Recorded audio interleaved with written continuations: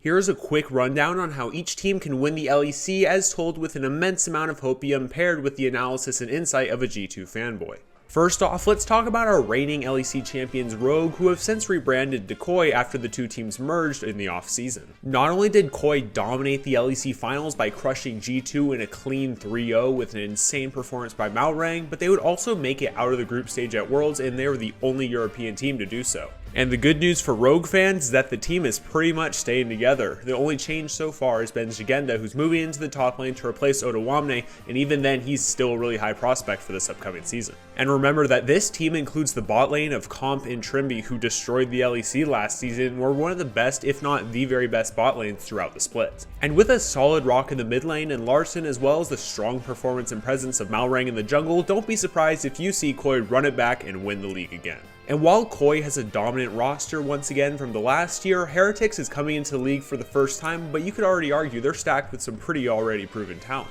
For starters, Heretics brought on Evi, who is one of the best top laners coming out of Japan and played on the previously dominant team DFM. And looking to help him in the top lane, we have G2's former jungler Jankos, the First Blood King, LEC Spring Split 2022 champion, and a Worlds finalist, not to mention. Not only is Jankos one of the best, if not the very best junglers that Europe has ever produced, but he'll be paired with Ruby in the mid lane, creating a very strong top side that could really break out and show their talent. And if we want to talk about breakout talent, Jack Spectra is going to be moving into the ADC role paired up with Mursa from Misfits, and both of them have already proven themselves pretty well last year with strong performances already. So even though Heretics is new to the LEC, don't count them out just yet because they already have a pretty solid roster for a first year in the league with already proven talent who could definitely show that they can win. And if you're focusing on already proven talent, well, look at Vitality's mid laner Perks, who has won the most LEC titles of any active player in the league. And if you're still looking for someone who's proven they know how to win, look no further than their support Kaiser, who spent all of 2021 winning whilst on the Mad Lions, not to mention he won the best support of the league in the last split.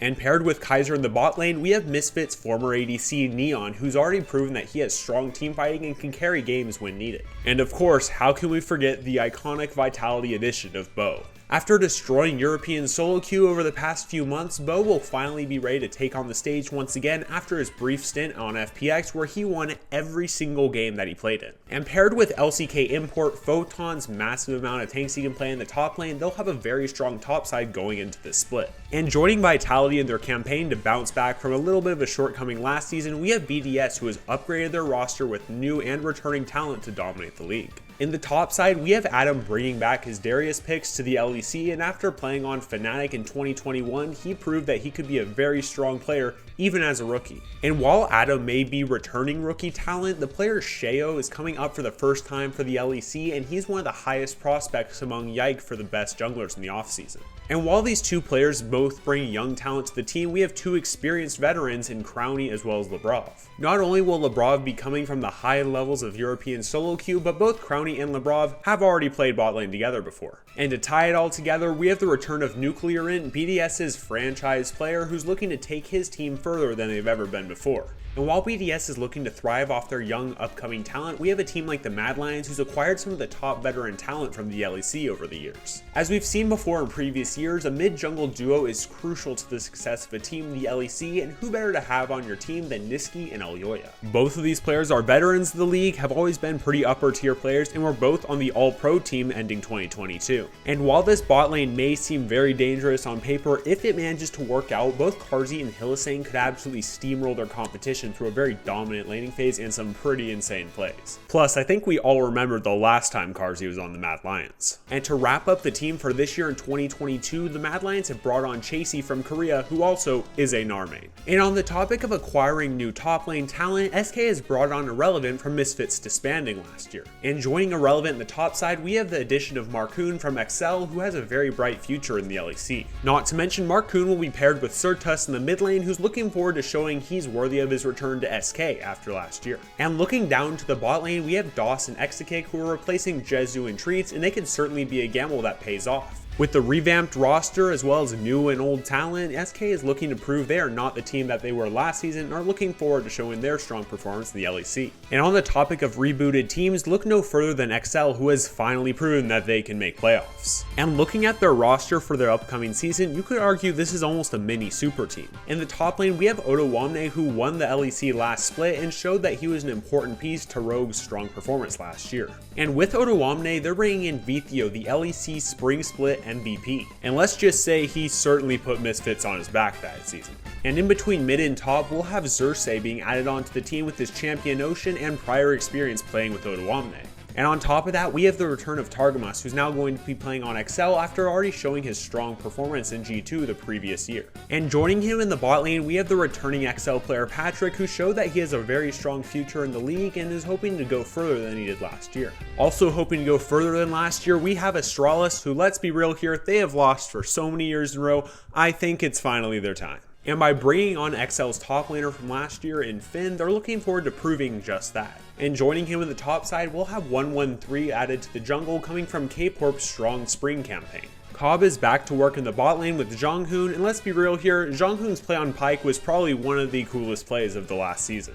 And if you're still casting doubt on ASTRALIS, just remember that the 0-9 ASTRALIS took down the undefeated Rogue and also won 7 games in the following summer split. And while just a few moments ago I mentioned XL being a mini super team, you could argue that Fnatic has become one of the, if not the best super teams. I mean, Reckless is back, need I say more than that? And joining one of League's most well-known ADCs, we have the addition of Rux in the bot lane, who had a very impressive few games at Worlds just this past year. And if we're going to talk about impressive Worlds performances, look no further than Humanoid, who is one of the best mid laners in the LEC when he's playing at his peak. And rounding out the strong Fnatic top side, we'll have Wonder, who's been an absolute rock for the team, as well as Razork, who seems to be basically everywhere on the map at any given point. And last and certainly not least, we have Fnatic's rival G2. G2 is coming off an impressive 2022 season, winning the LEC Spring Split and coming second in the following Summer Split. Returning from this LEC dominance, we have Broken Blade coming back to the top lane. He was one of the best, if not the best, top laners of the last year. And of course, also returning is Caps, who is one of the best, if not the very best player that Europe has ever seen.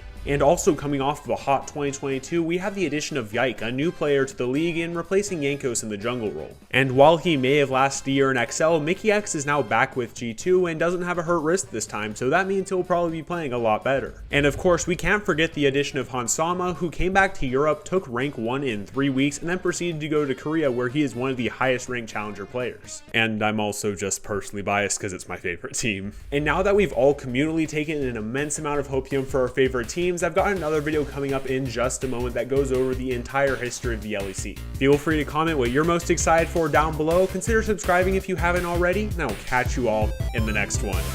Later!